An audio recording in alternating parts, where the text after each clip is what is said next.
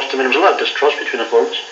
A lot of distrust. No one didn't trust the other. Like, there was the feeling of guilt. One was guilty or two. There wasn't there? Yeah, but that was all down to the RUC for what they did there. Again, that was their. That's what they did. That's what they did at the interviews. But we sort of started to get over that. I'd say it was the first time the forwards were actually spent a hell of a lot of time apart from appearing in court, where you'd sort of. You had your own solicitors, you had your solicitors, and we had our solicitors. Myself and Kale, did the same.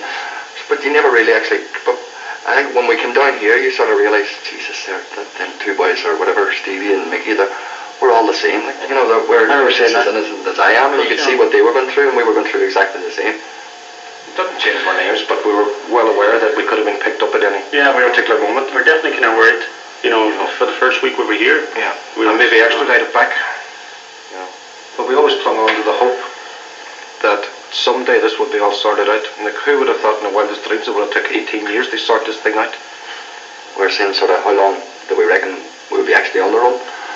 And we come up with some figure, and I said, no, Kels, it won't get sorted out that quick, but I reckon 5 years and we'll be back again. Please God.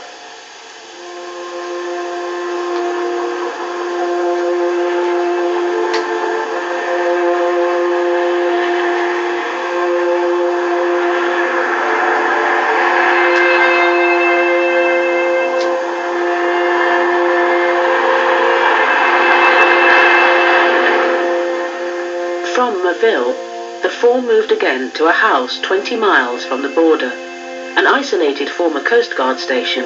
It was miles from the nearest town. They had been on the run for 2 weeks.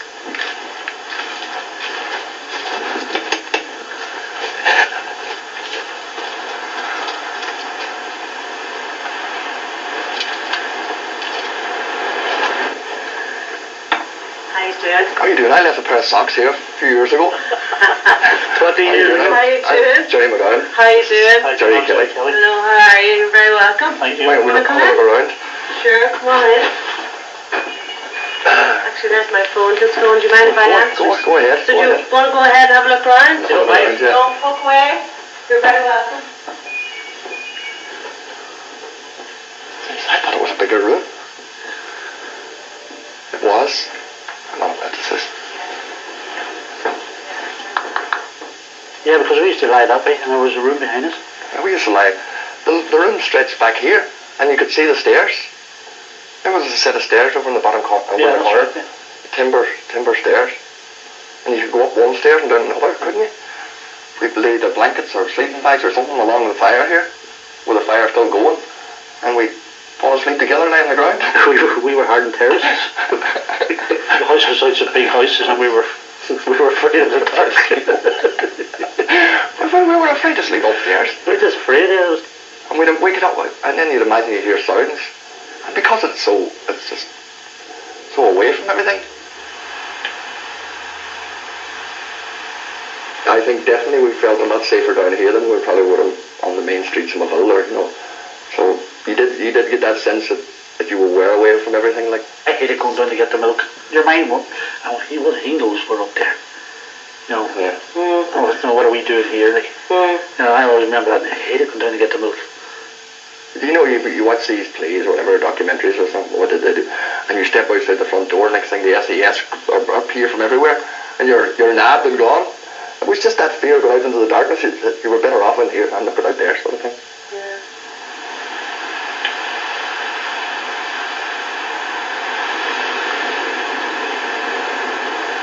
Never really crossed my mind to look around for a football and maybe come down and kick a ball with. Leicester was far from my thoughts. Basically, I was trying to keep my head together and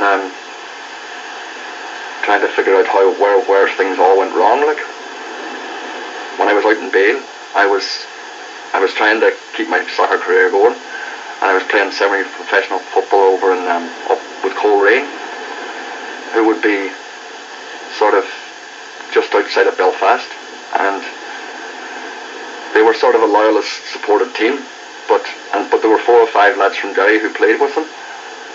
So it was even now to think that the fact that I was out in bail for a murder charge and travelling up to these places like Coleraine and that, I probably was taking my life in my hands in a strange way, and it was brought to my attention by some of the supporters of the Coleraine Football Club.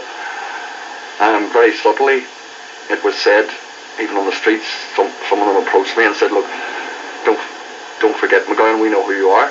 You know, subtle threats, and so Mike, I knew then, soccer is, I was just going through the motions.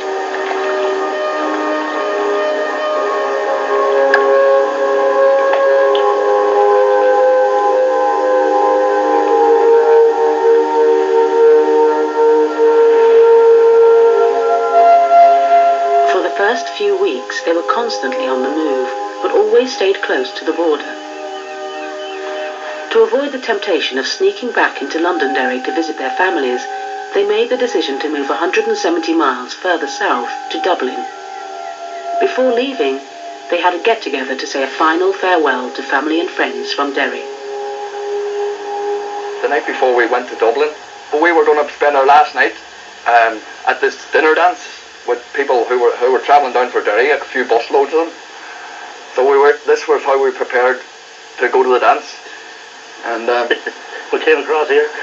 We walked across the street here and we found this ready-made bath.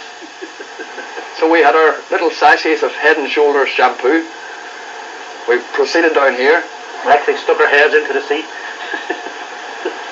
And it was very, very cold. My God. It was dark. I don't think we had a really nice day with that. What's in there, look? We wouldn't have done that. We wouldn't have put our head in. No, you would have. And then, as Kels just said, he said that the thought of putting the head back in to try and rinse your hair. Oh my, I can still light it. So we had a great night. Oh, we had a ball. 150 people from Derry, and but I think deep down then, I think we knew that next morning we were heading away from Derry and all the way down to Dublin, which seemed like a world away. And my father asked me, he said, look, you're going tonight, and he says, until such times that your name is cleared, he said, I would ask you that not to come home until you can, until your innocence has been proved.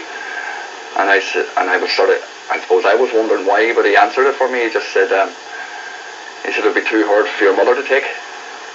After the dance had finished, and you could feel this sadness, and they were getting back on the buses. And I think for the first time, I suppose how many weeks since we had actually come on the run, the first time it actually hit me that this is it. You know, they're able to get back on the buses. They've had a few drinks. It was a great night, and they're going home to their friends and families. And here were us, the two of us, had to walk down and spend the night in the caravan here. But we stood and watched the buses going.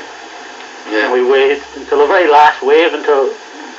And it hit home then. You know, we're on our own, and this is the start of it. We're going down to Dublin. We don't know where we're going, where we're going to stay, and what does the rest of our life hold for us like. And that to me was the moment when I felt an awful loneliness. I felt knowing that I was going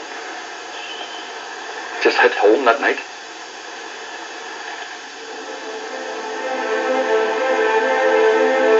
Jerry lived openly in Dublin for 6 years under his own name. In Northern Ireland, a warrant had been issued for his arrest, and the family home was raided periodically, but no attempt was ever made to extradite him. I found that I was always very, very paranoid. I suspected people were watching me, and even socially out drinking, I could never feel at ease. I had this feeling of inferiority based on the fact that I was on the run for murder, and that no matter what I would tell them, they would frown on the fact that I'm a suspected terrorist. I think it was around 1986. I had gone down to a friend in Killarney just basically for a weekend, and decided to stay. Come to the States, Dublin was getting just too big, and I found Dublin quite impersonal, and I think I was just got lost in Dublin, you know, and Killarney being a small town, people here so nice. I think it was the best move I ever made, you know.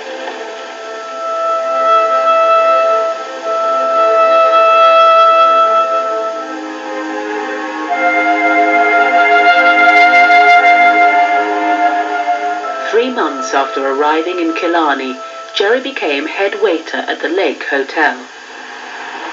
He worked there for the next 15 years. Well, Jerry, how are you doing? Whilst working at the hotel, Jerry played football for the local team. Have you seen the team in the book there? Miss Niall's late aunt, who owned the hotel here, used to check this book pretty regularly, and I used to always make sure that I give myself a good mention in this, and I used to sign in as residents who had supposedly stayed here, and I would always make a nice comment, well done, congratulations, and we must comment on how good the young man from Derry was, and she would always make just to keep in her good books, because, you know. Jerry was known to carry as a ballet dancer on the soccer pitch. Yeah. But, who moves left footer is in the top corner always. Great goal scorer. Yeah. The best soccer player in Kerry for years and years, without a doubt. Yeah. And having come to Killarney, I wasn't sure I'd stayed for a summer. I stayed for a month or two, and I was sort of hoping to be able to stay around Killarney because I liked the place, fell in love with the place.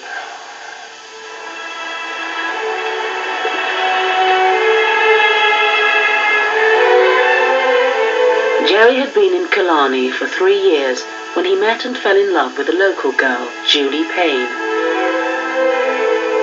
On the 6th of November 1993, they got married. I love soccer, Kerry. I love soccer all over the country. I played in England, and I scored many goals, but I think this time I scored the best goal I've ever scored.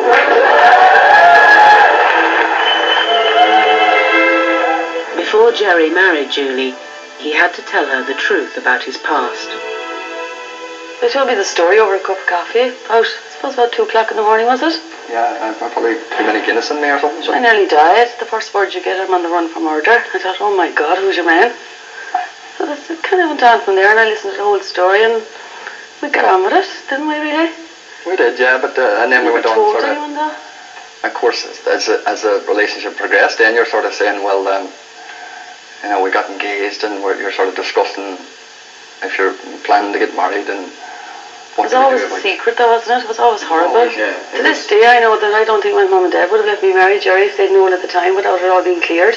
And Julie's mother still has To admitted. this, she says it like. She has said like that had she known, there's no way she would have allowed her to marry me. I suppose I also known he wasn't, obviously he didn't do it. But as it went on, then Jerry's father came down, and I never doubted him for 1 minute. Never. I never ever doubted him that. And sure, the more I got to know him, then I knew it couldn't possibly be true and met people. But no, I never doubted it for 1 second, or never thought, I better get out of this. I never did. No. So then we got married, it's grand. So we get on fine, for God's sake. It isn't the end of the world. It'll be over someday, please God. Please God, now that it will be over, because it's a nightmare, and it's a worse nightmare for Jerry. And it's been very hard living with it. It has, but please God, then maybe after this that he'll put it behind him and we'll get on with our life. We will. And we will, and it'll be fine. I'm alright, fine. You don't want anything out of it. If there's never any compensation, I don't care about anything like that. But I just love peace of mind for Jerry. Just peace of mind, that's all. Or someone just to apologise.